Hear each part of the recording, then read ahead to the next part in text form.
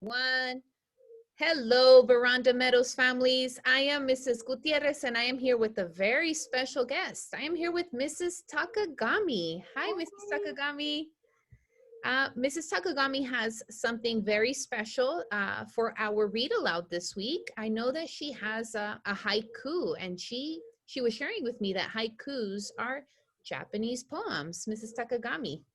Okay. Hi, thank you. Thank you so much. Yes, this is a book I want to share with you guys today. It's my first book of haiku poems, a picture, a poem, and a dream, translated by Esperanza Ramirez Christian, illustrated by Tracy Gallup. Okay, and then all these haikus are written by famous haiku masters. Haiku is just, let me explain about haiku. Haiku is the shortest poems written in Japanese. Now, of course, I'm a Japanese, so I know how to read Japanese and how to write Japanese too. And then, let me see. So I really like this book. It's a beautiful book, and it has lots of beautiful, beautiful pictures like this one. And then, as you see, this side, there is a haiku poem here in the middle in Japanese. Can you see it? It's very different writing, right? I'm sure if you don't know Japanese, you cannot read. But here, at the bottom of in the bottom here, they write the same haiku in English alphabet, so you may be able to pronounce them. And then at the top, there's a translation in English. Haiku has some rules. One of them is it has to be 3 lines like this. And then first line has to have 5 syllables. Second one should have 7. And the third one should have 5 again. If I read them in Japanese, you may be able to hear that. Okay, so let me read it, this one. 初夢や秘めて語らず一人 M. Did you hear the 5, 7, 5? Okay. And then each haiku should have a word represent season. In Japan, we have very distinct 4 seasons: spring, summer, fall, winter, right? And in this case, the first word, Hatsuyumeya, what's the meaning? The meaning is the year's first dream. When does it happen? Usually it should be in January, right? So this word represents January, which is winter, okay? So what does this one mean? Let me read the translation. The year's first dream, a secret I spoke to no one, smiling to myself. Shou. Shou is the name of the poet, okay? And then each page has some comments the author wrote. So let me read that part. In some countries like Japan, it's believed that the first dream of the year is important because it tells you what the year holds for you. This boy's dream was a happy one.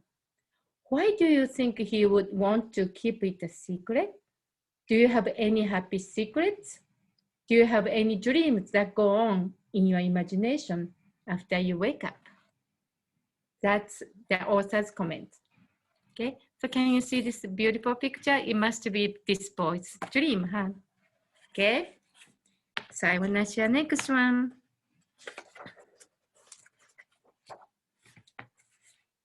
So each time when you turn the page, you can see the beautiful pictures. Okay, so here is a picture. Let me read the haiku first in Japanese. あの月を取ってくれろと泣く子かな。Issa. The meaning is, get me that moon, says a child, in tears. The keyword is あの月. 月 is the moon. The moon. The moon is represent the fall, because in fall we can see the most beautiful moon in Japan. Okay, so let me read the comment. Do you know the saying like crying for the moon? It means that sometimes the things we want most are things that are beyond our reach. But in the picture, the boy gets his wish, even if it's only in his imagination. How happy he looks with the moon in his hands, flying across the night sky. Okay, can you see him? Okay, so let's see the next one. There you go. Can you see the beautiful picture? Okay, let me read Japanese again. Okay. 生きているばかりぞ我とケシの花一茶 meaning just being alive, the poppy flower and I. Can you see this poppy flower? So poppy flower represents summer, early summer. Okay. This haiku and picture, okay, let me read the comments, okay? This haiku and picture are about celebrating the joy of the moment, about finding happiness in just being here. It also reminds us that we can't really appreciate the world until we learn to appreciate the little things in it, like a poppy. Looking at the picture, do you think that the poppy is as big as the girl, or that the girl is as small as the poppy? It's in the imagination, huh? Okay, so next one.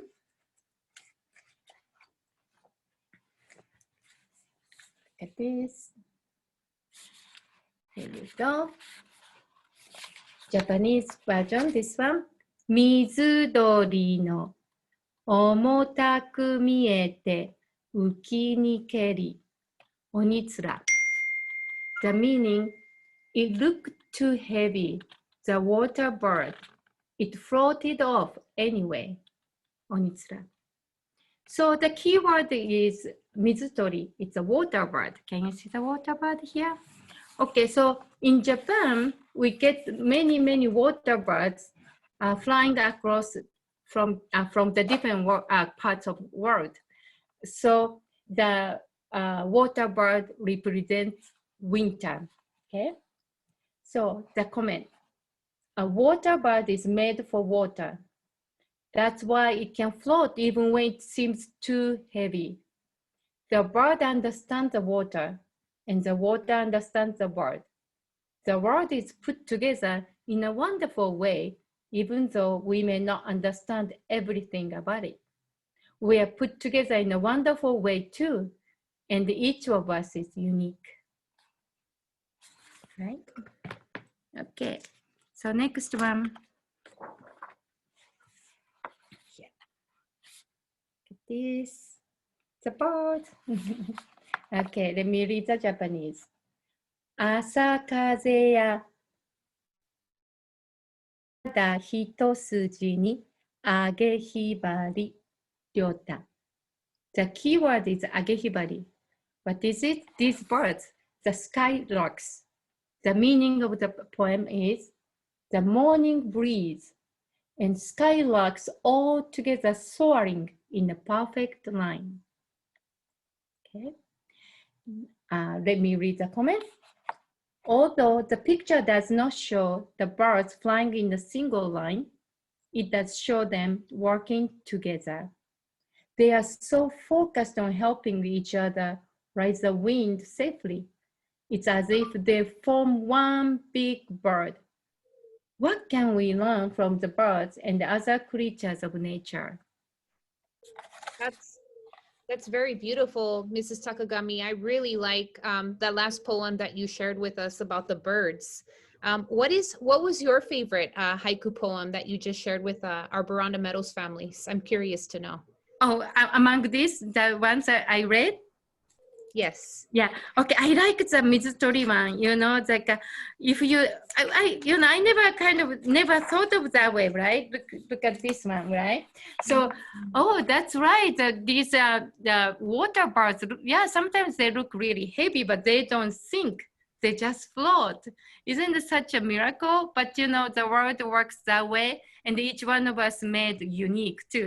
So I really like this one. You really like that one. Yeah. Cool. And Ms. Takegami, was Japanese your first language? Yes. Oh, it's very beautiful. You speak it so fluently and eloquently, and I was trying to go along with what you were saying, but I guess practice makes perfect, right? That's right. That's right. Yes. Mrs. Takegami, thank you so much for sharing the poems with our Boronda Meadows families, and hopefully students pick one of the poems that Mrs. Takegami just shared with all of us. Which one was your favorite? And let us know on Facebook, on social media, on Instagram. Which poem did you like the most from Mrs. Takegami? My favorite was the last one. I really Great. about the birds. And also make one too yourself. You can make one yourself. Yes, that's a good idea. I remember my first experience with the haiku was in 6th grade. Yeah, my teacher showed us how to do a haiku poem. Mrs. Takegami, thank you again. I really appreciate it. Students and families, we wish you a lovely weekend. Okay, Go thank you. Hawks. Thank Goodbye. you. Go Hawks. Thank you.